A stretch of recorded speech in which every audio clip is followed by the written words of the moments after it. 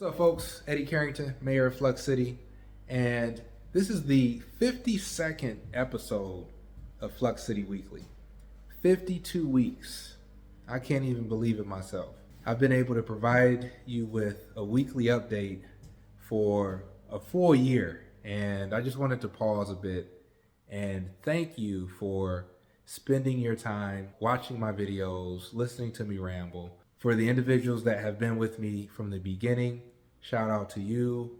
For the individuals that just found this channel and are going through my old content, shout out to you as well. To my subscribers, to the individuals that are liking these videos, I really appreciate it.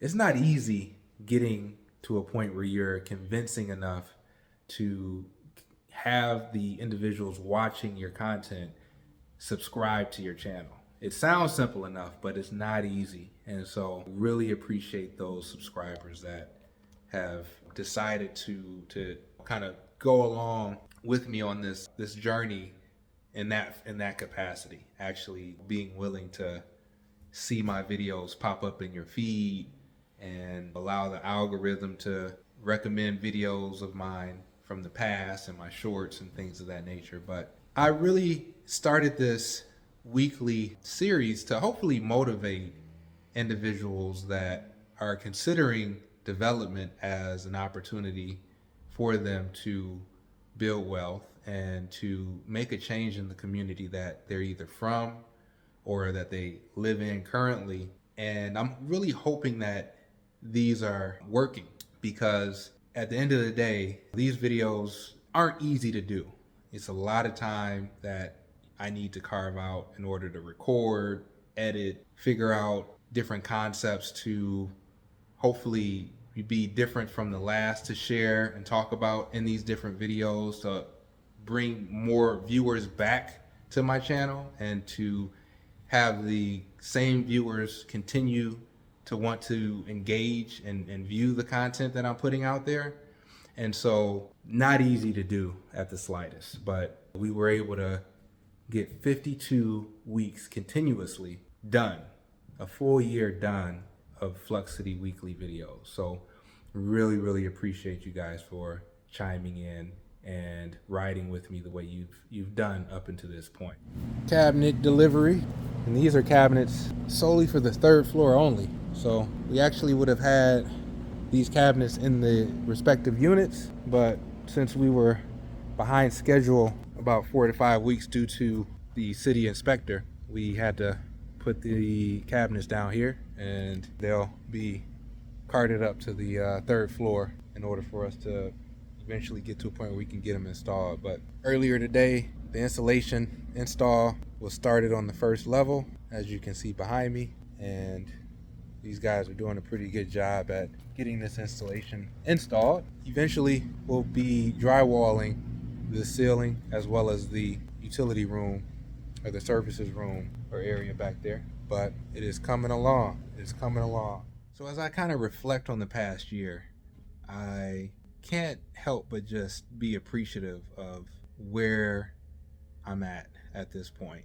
My background of real estate is mostly single family and mostly fix and flips, but somehow, some way, I found myself convincing my funding partners and the community that I'm currently developing within to give me a chance. And it really boiled down to making sure that I asked the community what they wanted to begin with. But with that said, I was able to convince them that I was the person that they can count on to bring a concept such as the one that we're building on the east side of Detroit to reality. If you were to ask me 5 years ago, could I see myself where I'm at now? No commercial experience at that point. This is my first commercial project, and no experience putting together an RFP, or very little experience putting together an RFP, putting together a team of GCs and architects. It'd be hard for me to say that I envision myself where I'm at now.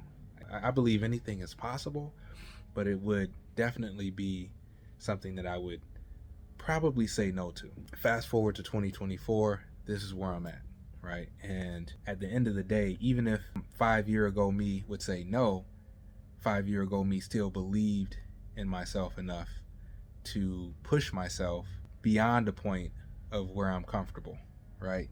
Out of my comfort zone and into scenarios that give me opportunities that I'm not privy to or comfortable with or used to, right? And so I'm saying that just to basically point out the fact that if you're a person or a developer or an aspiring developer that wants to develop bigger, larger projects, it is possible, right? And so make sure you kind of keep that in mind as you watch these different videos that I'm sharing, that if I can do it, you can do it too. Just keep pushing. Just keep pushing. They actually started priming the walls on the second level. And even though this is a prime coat, it looks pretty good. I'm starting to actually envision these units more so than I have in the past, right? These look really good. And to get to the point where we're priming indicates that we have progress, indicates that we're moving in the right direction. And so today we're expecting a draw to be completed that totals a little over $550,000, which a majority of that gets paid out to the GC so they can in turn pay their subcontractors, and their subcontractors can pay their employees, cover the materials, so on and so forth. But one draw over $500,000 is unfathomable, one of those words, to Ed 5 years ago, whereas now it's a reality. And it's the norm now, right? But this is where I'm at, and this is where I'm hoping that you can get to, so we can normalize, more specifically, the fact that you're going to find yourself in those types of predicaments and or scenarios where you have these types of draws, you have these types of big ticket projects that allow for you to execute and build wealth, put people to work, put gems in the middle of a community that has not seen such a thing in the last 20, 30 years, right? This is going to be you, right? And this should be normalized. This should be normalized. And that's what I'm here to hopefully help with, getting us to a point where we see ourselves doing these types of projects. And I know I say that a lot, but I'm going to continue to keep saying it because you have the potential and you have the ability to do what I'm doing here. And I'm hoping that you do so on a scale 10 times as much as what I'm doing in order for us to solve this crisis that we have, not only in the city of Detroit, but across the country. Housing is going to be one of the biggest issues that society is going to face over the next 20 to 30 years. Affordable housing specifically. And we need more developers that are capable of standing up buildings such as the one I'm standing on now. One more thing I want to point out, equity and the amount of money we potentially assume that we need to bring to the table. Equity is one of the biggest challenges for minority developers specifically, but any developer in general. And this is due to the fact that most deals require you to bring up to 20% of your own equity to the table. And so how do you figure out a way to stand up a $10 million project, a $5 million project, when you have to bring potentially $1 million to the table? And that's always going to be a problem. That's always going to be an issue or a challenge, more specifically, that we have to figure out. In this particular deal, I was able to put the capital stack together without the need to bring as much equity to the table. Maybe one day I'll share a video on just exactly how much equity I put in to this project, but I also don't want to skew your expectations when it comes to standing up projects such as this. But don't let that hold you back from thinking that you won't be able to accomplish putting together a capital stack that ultimately can get to the closing table without the need of you bringing as much equity to the table as what you're typically hearing from projects that are larger in scale.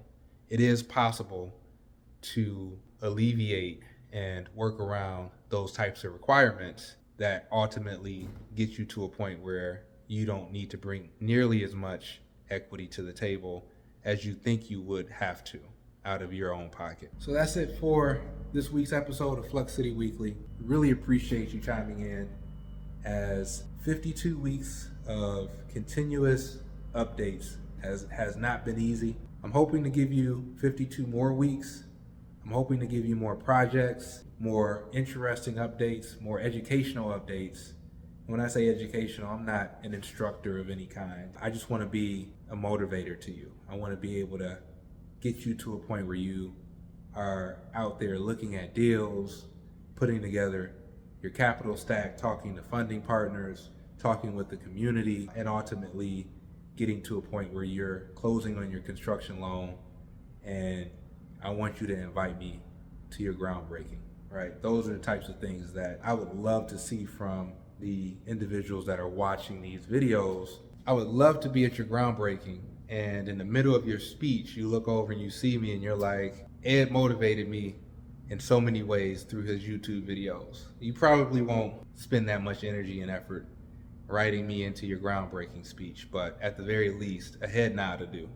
So with that said, thanks for chiming in, listening to me ramble, and I hope to see you in the next episode.